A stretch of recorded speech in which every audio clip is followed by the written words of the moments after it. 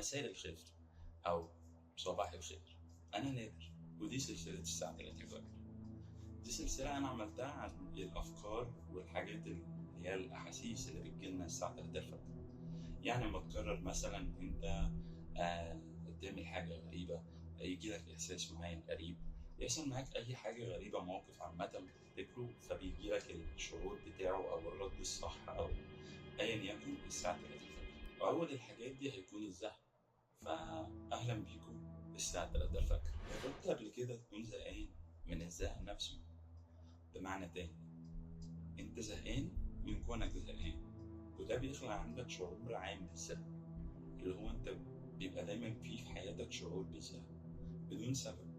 والمشكلة إن هو ما بيحصل، يعني الزهق ما بيقفش معاك للحتة اللي أنت حسيت بيها في الزهق، لا ده بيكمل معاك، فتلاقي نفسك صاحي تاني يوم بدون أي سبب أنت زهقان.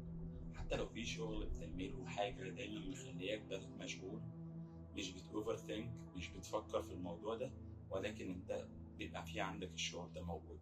بعدين الزهق ده غريب جدا، يعني بقيت احس ان هو صاحبي اللي ما بيزهقش من كون ان انا زهقان منه. يعني انت مثلا ممكن تزهق من نفسك، من حاجة بتعملها، من اهلك، من صحابك، ولكن الزهق ما بيروحش، ما بتزهقش منه وهو مش هيزهق منك لحد ما تتخلص منه.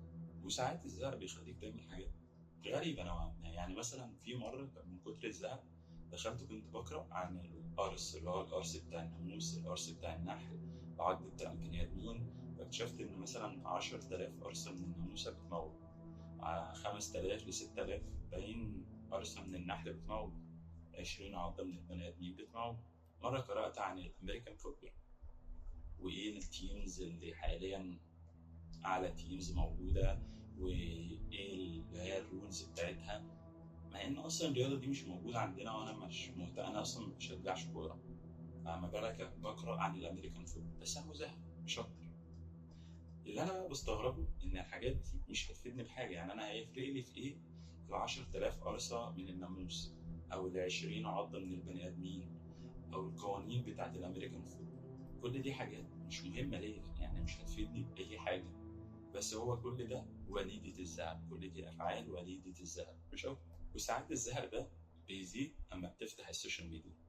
يعني مثلا لما تفتح فيسبوك تحس إن أنت فتحت جروب العيلة اللي فيه أهل أبوك وأهل أمك بدون أي سبب، كلام كله قديم. وطبعا الحوار بتاع بارتو، استناني في بارتو هقول لك تعمل إيه. أو مثلا تفتح انستجرام هتلاقي إن كل حاجة كريسب جدا كده ونضيف، تحس إن إحنا قاعدين على الشط، كل الناس متصورة ببوزز جميلة، مفيش أي غلطة في الصور.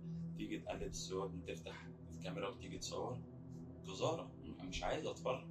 فأنت بتزهق بتقفل. طبعا عموما الكبير تيك توك، تيجي تسكرول أول فيديو، تاني فيديو، تالت فيديو، إزاي تبقى مليونير في ظرف 4 أيام، إزاي تعمل أول 10,000 دولار في ظرف يومين ونص. الكلام ده منافي للواقع، مش موجود. واللي يغيظك الكومنتس بتبقى مثلا ازاي، قول لي الطريقه، قول لي اريحك. الكلام ده مش موجود، منافي للعقل تماما، استحاله. انا واحد عملت فلوس من على الانترنت من خلال الكريبتو كرنسي والان اف تيز. مفيش الكلام ده. انت يا اما بتنفست تايم وبتقدم سيرفيس بناء على التايم ده، او بتشتري حاجات وتستثمر بقى فلوسك في حاجه لو انت معاك راس مال. غير كده مفيش. بس الخبر المفرح ان انت تقدر تتخلص من الزهق ده وبسهوله. يعني في حاجات كتيره ممكن تعملها تخليك تتخلص من الزهق ده.